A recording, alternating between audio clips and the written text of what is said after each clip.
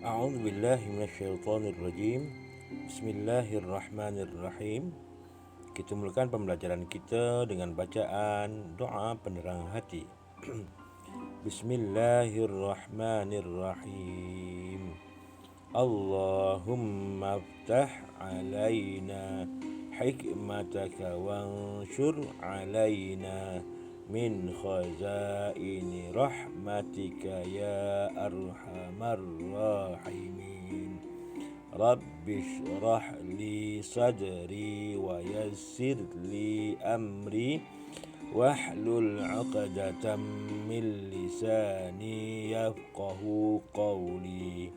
Wa sallallahu ala sayyidina Muhammad wa ala alihi wa sahbihi wa sallam walhamdulillahi rabbil alamin. Baik murid, kita sambung pembelajaran kita pada perkara tauhid di muka surat 11. Baik murid, sama-sama baca bersama-sama dengan ustaz. 7. Dalil qudrah, iradah, ilmu dan hayat Allah Ta'ala. Ketujuh, dalil qudrah bagi Allah Ta'ala. Ke-8, dalil iradah bagi Allah Ta'ala. Ke-9, dalil ilmu bagi Allah Ta'ala. Ke-10, dalil hayat bagi Allah Ta'ala. Baik murid, sambung. Jika tidak ada satu daripada empat, yakni qudrah, iradah, ilmu dan hayat, sifat tersebut nescaya tidak akan ada suatu makhluk pun. Perkara ini mustahil kerana segala yang baharu yakni makhluk sudah ada. Dengan demikian, sabitlah Allah Ta'ala itu bersifat qudrah, iradah, ilmu dan hayat. Murid, kita huraikan dulu. Hari ini kita nak belajar bab apa tentang dalil. Dalil ataupun disebut bukti tentang sifat. Ini yang pertama qudrah, yang kedua iradah, yang ketiga ilmu, yang keempat hayat. Okey. Dalil, kita nak tengok dalil, bukti. Bukti. Baik, kita sambung.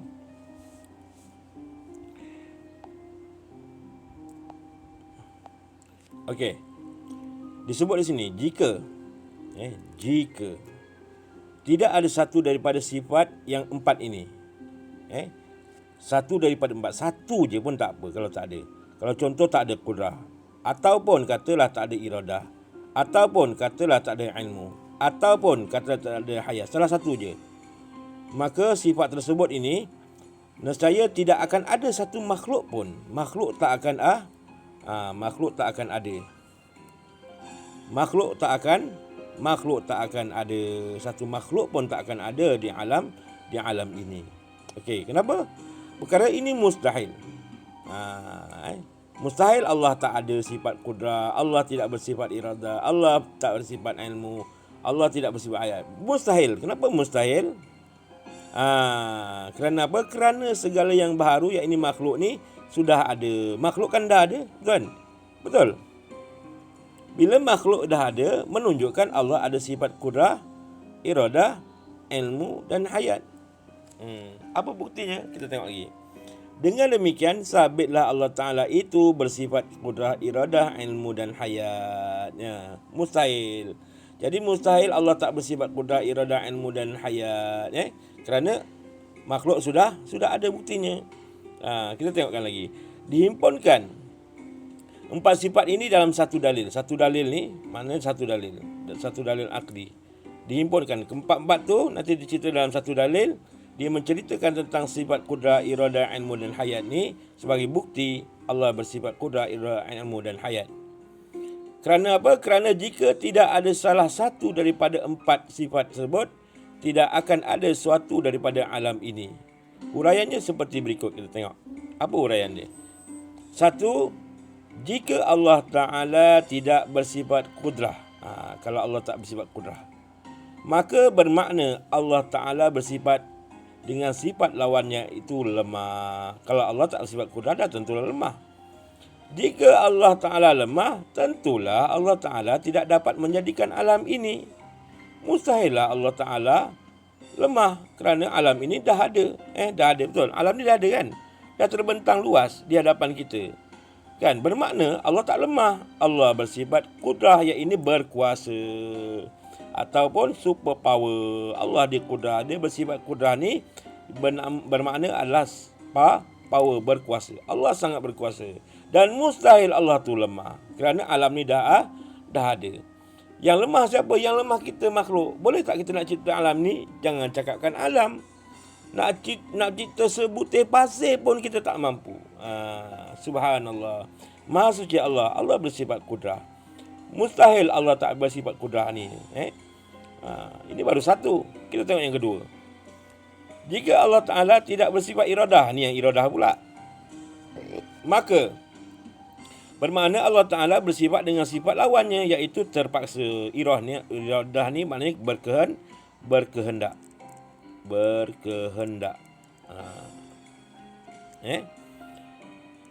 Lawannya adalah terpaksa. Atau lalai. Atau terlupa. Lalai, terlupa. Itu lawan bagi iradah. Yang ini berkehendak. Sekiranya ini berlaku, maka ini bermakna Allah Ta'ala itu lemah. Kalau Allah terpaksa ataupun lalai atau terlupa, makna Allah lemah lah. Allah lemah ke? Kita tengok. Ketika itu tidak akan ada alam ini. Dah Allah lemah. Ada alam ni? Tak ada lah. Jika alam ini ada bukan dengan kehendak iradah Allah Ta'ala, maka seakan-akan alam ini qadim. Ya, ini sedia ada. Kalaulah bukan Allah Ta'ala yang cipta, maknanya alam ni jadi dengan sendiri. Maka dia qadim. Qadim ni apa? Qadim ni sejak azali. Dah sedia ada.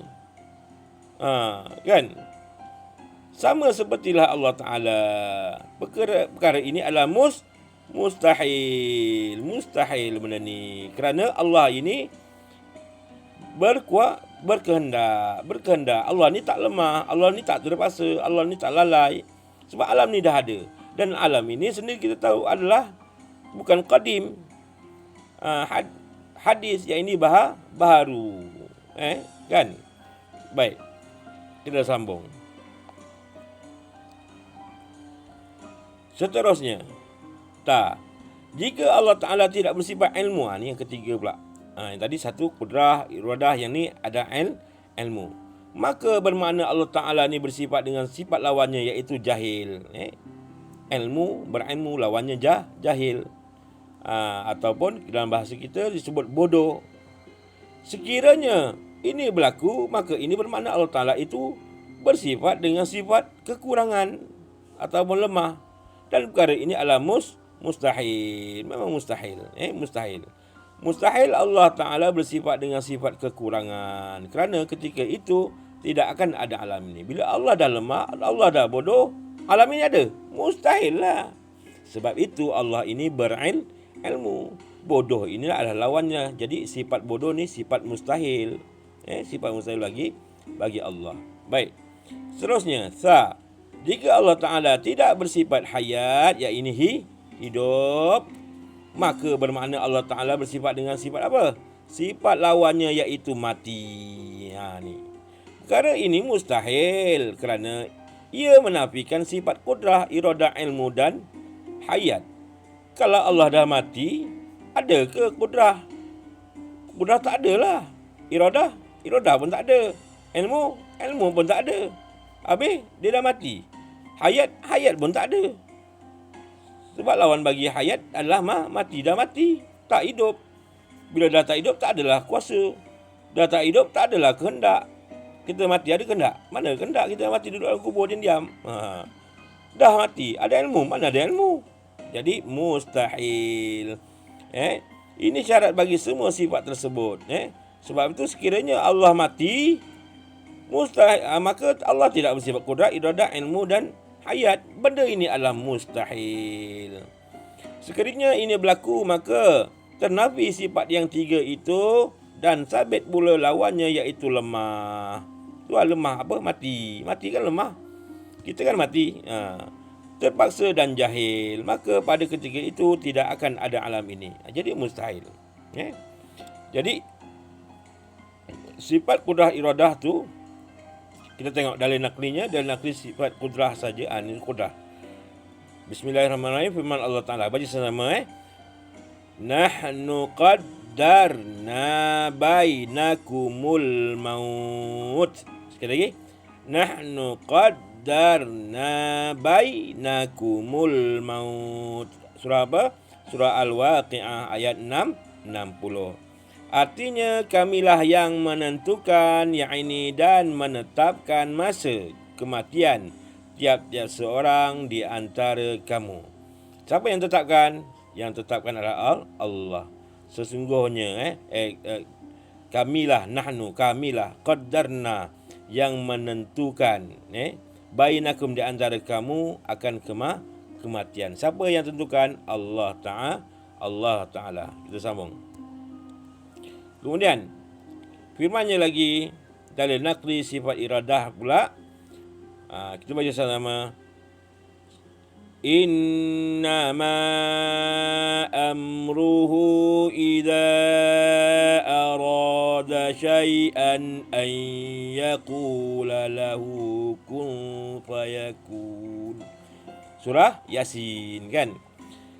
Apa artinya? Sesungguhnya keadaan kekuasaan apabila ia menghendaki adanya sesuatu, hanyalah ia berfirman kepadanya, yakni hakikat benda itu, jadilah engkau, maka ia terus menjadi. Ini Allah kata. Allah tak perlu kata nak buat, nak ambil barang ke apa. Allah kata cukup kun. Allah kata kun je. Fayakun. Makalah jadilah benda tu. Kan? Dan nak jadi satu benda ni ada Allah punya kehendak. Kehendak dia apa? Ada yang benda jadi dalam keadaan lama, lambat baru jadi. Ikut berkehendak dia lah. Ada yang jadi ting terus jadi. Macam tu. Yang lambat apa? Biasanya manusia. Allah cipta manusia daripada dalam perut, bermula daripada air mani, kemudian daripada segumpal darah, lepas tu segumpal daging, kemudian tulang-tulang tumbuh, kemudian jadilah berbentuk tangan dan sebagainya. Kan lama kan? Sampai berapa bulan? 9 bulan 10 hari. Lama tempoh tu. Kenapa 9 bulan 10 hari? Kenapa Allah jadikan terus ting?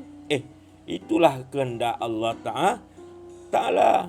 Itulah kehendak. Dia nak macam tu. Kita tak bolehlah nak arahkan Allah Ta'ala. Tak boleh. Itulah kehendak dia. Ada pula Allah jadikan satu benda ting jadi terus. Pun ada. Tu pun tak mustahil. Tak perlu nak bertunggu 2, 3 hari, 4 hari. Tak payah. Allah kata jadilah, maka jadilah. Macam hujan turun. Ada nak tunggu 4 hari, 5 hari. Terus turun. Masa tu turun. Allah kata nak jadi, turunlah. Ada tak hujan patah balik tak nak turun? Tak ada. Baik, kita sambung lagi. Dalil nakli sifat ilmu Allah Ta'ala. Kita baca sama. Alimal ghaibi wasyahadah. Sekali lagi.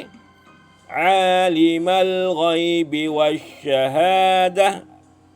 Surah Az-Zumar ayat 46, artinya yang mengetahui perkara yang gaib dan yang nyata.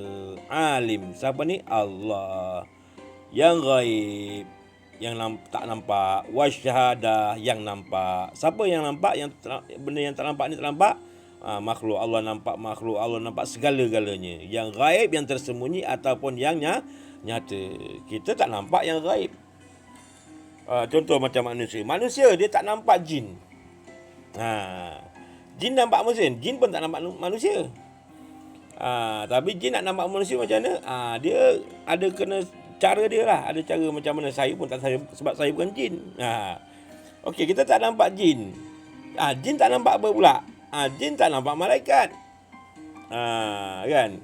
Jin tak nampak orang bunian sebab mereka berbeza alam. Kalau katakanlah saya pun bukan alim benda ni, kan? Kemudian malaikat, apa yang malaikat tak nampak? Malaikat tak nampak Allah. Banyak juga malaikat tak nampak. Makhluk-makhluk lain malaikat tak nampak. Jadi yang nampak jelas dan nyata, yang mengetahui, sentiasa mengetahui, sentiasa setiap masa mengetahui, yang gaib dan yang nyata ini hanya Allah Ta'ala. Baik, sambung dengan dalil nakli. Dan dalil naqli bagi sifat hayah pula. Apa dia ni? Firman Allah Ta'ala, baca sama-sama. وَتَوَكَّلْ عَلَى الْحَيِّ الَّذِي لَا يَمُوتُ. Surah Al-Furqan ayat 58.